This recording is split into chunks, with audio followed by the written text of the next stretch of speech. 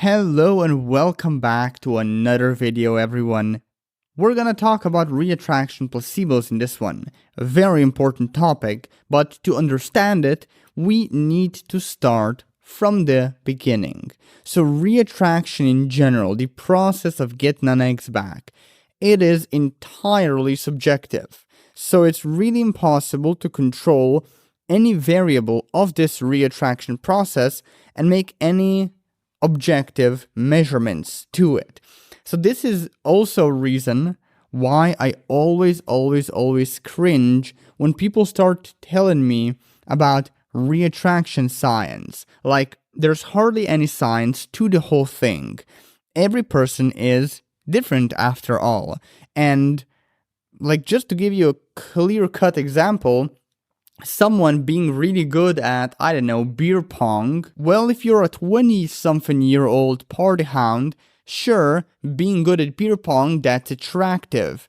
However, if you're like 50 and have a house and 3.5 kids, it's not so attractive anymore. So reattraction in general boils down, ultimately, to an emotional process, not a logical one as most people think.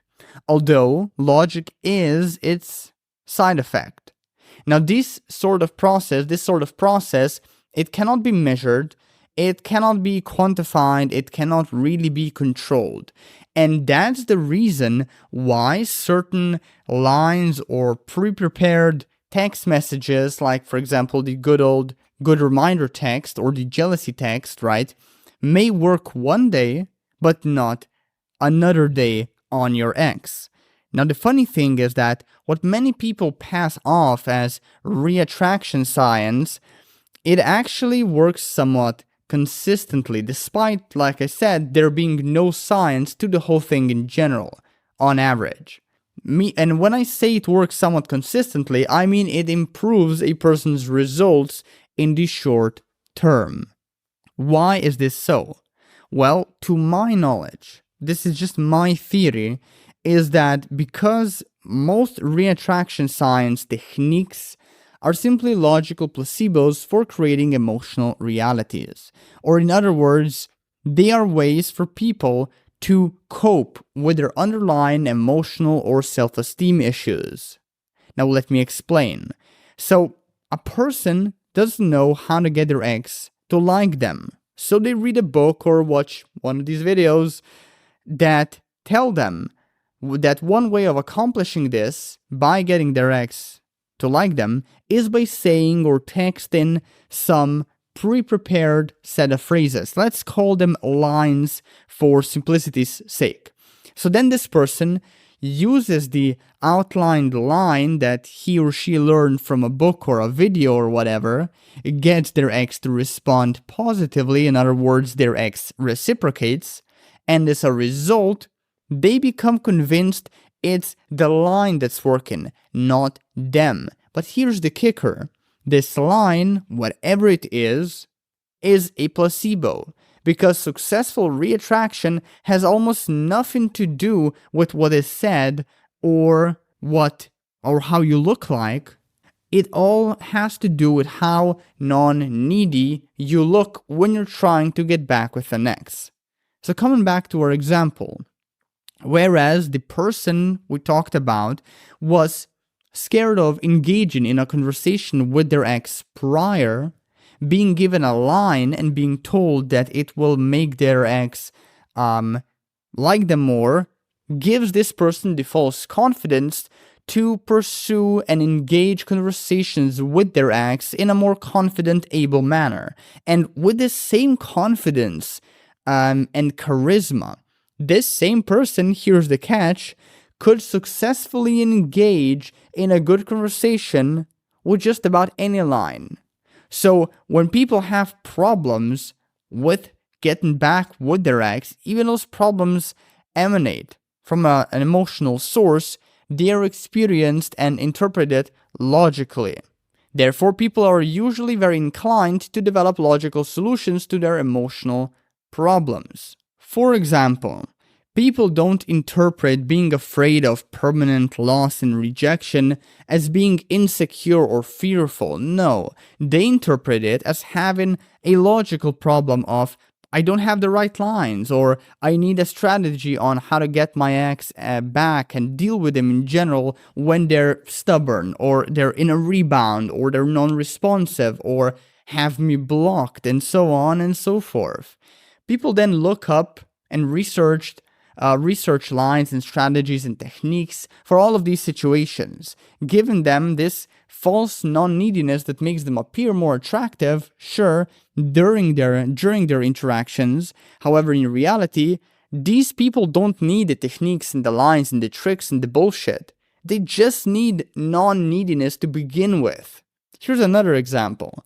Being unable to connect with an ex emotionally is usually experienced externally as them flaking on you, so not showing up for your date or testing you, for example. But instead of understanding and addressing the underlying emotional issue, most people look for some logical solution to the symptom of the problem. Then these logical solutions allow them to treat the symptoms and buy themselves more time to build emotional connections, whereas, this is the really crazy bit, guys, whereas if they just built those emotional connections to begin with in the first place, they wouldn't have to bother with all the fucking nonsense of looking for the logical bullshit solutions. One last example. A sense of inadequacy and of low self-esteem is usually experienced externally as saying and teasing too much and just trying too hard to impress your ex. You know, get their validation, get their confirmation that you are still loved, stuff like that. And no matter how attracted they are, an average person isn't satisfied with it. So they look for, you guessed it, logical solutions in new reattraction strategies. Don't get me wrong though. I'm not saying that reattraction placebos don't work. They do work, but they only work in the short term, and they fail spectacularly in the long term because they ultimately overcomplicate things and provide no permanent change in you. The kind of change that just has to happen if you want to get back with an ex and if you want to actually maintain that relationship and make it healthy and lasting. For that to happen, I'm sorry, whoever tells you otherwise is full of shit, by the way. You need a deep internal change in yourself. You need to make one. And even worse, your ex has to make a deep internal change within themselves as well. It's not all about you. It's not like you're gonna improve yourself and your ex will magically come back into the picture and into your arms. No, they have to change as well. They have to improve as well. But that's beside the point. Approaching reattraction logically. In general, this is what you should take away from this. Means making it difficult, making it cumbersome. The more you approach it logically, the more difficult and cumbersome you're gonna make the whole thing. And the way you make reattraction simpler, though, is by realizing and addressing the underlying emotional issues. For example, instead of chasing your ex through phone calls and texts and playing games with them in the process, realize it's stupid, pointless, and you're probably an immature piece of shit for doing it. They either still have feelings for you, or they don't, and there's really little to nothing you can do to change that. Example number 2. Instead of altering your intentions when talking to your ex and trying to game them, realize that them rejecting your reconnection attempts is a good thing and that there's no reason to avoid it. Rejection, guys, is like a filter. It screens out lovers or potential lovers who aren't compatible with you, who aren't a good fit, and it brings you closer to those who are. Example number 3. Instead of trying to pump yourself up before going on a date with your ex, trying to make yourself cheerful and confident and happy, instead of doing all that, just realize that you don't need to actually be pumped up because it's not your emotional state itself that's attractive. A pumped up emotional state simply makes behaving in an attractive way more likely. However, it's not the thing that causes it, right? You can still be in a bad mood and you can still be attractive. You can still behave in an attractive manner on your date. One last example. Instead of trying to prove your value and your worth to your ex, or hell, even yourself, you need to realize that you don't have to.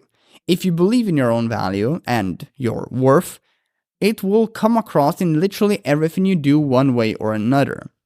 In each case, these realizations that I just share in like these 4 examples, were there 3? No, there were 4 examples, correct, will free you from having to learn and practice and memorize a bunch of stupid lines and tactics and strategies and techniques and fake behaviors or anything akin to those things. You can forget about all that bullshit. Again, reattraction placebos such as them, they help you get through those initial bumps, like the first time your ex reaches out after no contact, for example. But once you get the conversation flowing, once you get the back and forth coming, these placebos become a massive hindrance. And by removing them, as well as accepting the emotional realities of reattraction head on, that's the next step to rebuilding your relationship in a way to where it can actually grow durable and healthy and actually enjoyable. Not gamey, gameplay, power play, however you want to call it. Basically the stuff that just ignites drama and misery and chaos and confusion in a relationship. That's I guess the dark side of just relying on reattraction placebos for the long haul. That's it for this video. If you want to learn my process for getting an ex back, download my reattraction cheat sheet, link in the description below this video, and I'll see you later. Take care.